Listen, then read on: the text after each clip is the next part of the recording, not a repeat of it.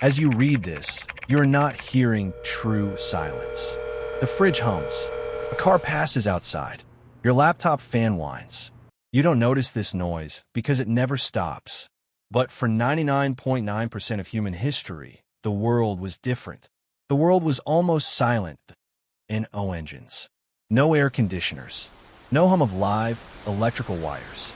Just wind, rain, animal footsteps, and occasionally a human voice. Acoustic ecologist Gordon Hempton calls this natural silence, not the absence of sound, but the absence of human-made sound. Today, fewer than 10 places remain in the entire United States where you can experience 15 minutes without a single man-made noise. Silence was. It was a survival strategy. When birds around you suddenly go quiet, that's not a coincidence. It's an alarm signal. Ecologists call this the landscape of fear. A sudden silence in nature almost always means a predator is nearby. Our ancestors read silence like a text. Human hearing evolved to detect exactly this. Not loudness, but the contrast between ambient noise and sudden quiet. In medieval European towns, a bell rang every evening. The signal for couvre-feu, cover the fire. We already know this gave us the word curfew. But that bell had an acoustic meaning too. After it rang, the town was required to fall silent. Not just extinguish the lights, stop the noise. Many town laws explicitly banned loud talking, music, and work after a certain hour. Silence wasn't a suggestion. Silence was the L in 1977. Canadian composer R. Murray Schafer published a book called The Tuning of the World.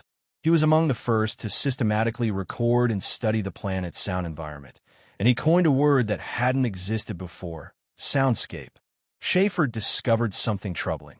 The soundscape of industrial cities was changing faster than the visual landscape. We noticed a new building going up. Almost no one noticed the planet's natural sound background quietly disappearing. The Industrial Revolution gave humanity more than factories. It gave humanity continuous sound. Steam engines, looms, factory whistles. For the first time in history, sound stopped depending on day or night, on season, on human presence. A machine could make noise endlessly. By the late 1800s, nighttime background noise levels in major industrial cities had nearly matched daytime noise levels from 1,000 years earlier. Night, as an acoustic phenomenon, began disappearing half a century before night disappeared as a phenomenon of light. The World Health Organization officially recognizes noise pollution as one of the leading environmental health threats in Europe, second only to air pollution. Chronic noise is linked to elevated risk of hypertension, heart attacks, and chronic sleep deprivation. The body reacts to noise even after the conscious mind has gotten used to it. Cortisol, the stress hormone, remains elevated in people living near busy roads, even while they sleep. In 2014, psychologist Timothy Wilson and his colleagues ran an experiment published in the journal Science. Participants were left alone in an empty room with nothing but their own thoughts for 6 to 15 minutes. No phone, no book, complete silence. The only available distraction was a button that gave them a mild electric shock. The result shocked even the researchers themselves. A significant portion of participants, both men and women, chose to press the button and shock themselves rather than sit quietly with their own thoughts. Gordon Hempton, the same acoustic ecologist, spent decades searching across America for places where you could hear 15 uninterrupted minutes without a single man-made sound.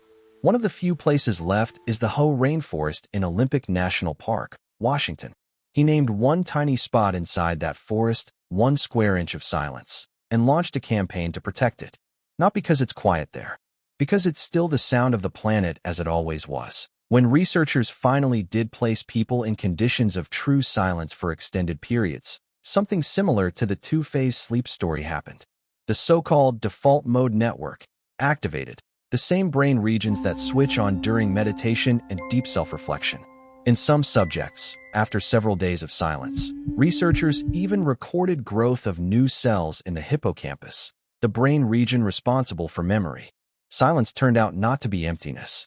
Silence turned out to be a working state of the brain that we've almost forgotten how to switch on. Maybe that's why, when you finally find yourself in a truly quiet place, a forest at dawn, a room with not a single sound, you don't feel calm. You feel uneasy. Maybe the problem isn't that silence feels strange. Maybe it's that your body remembers. This is exactly how the world sounded for 300,000 years, for most of the time humans have existed. We haven't forgotten how to hear silence. We've just forgotten how to return to it.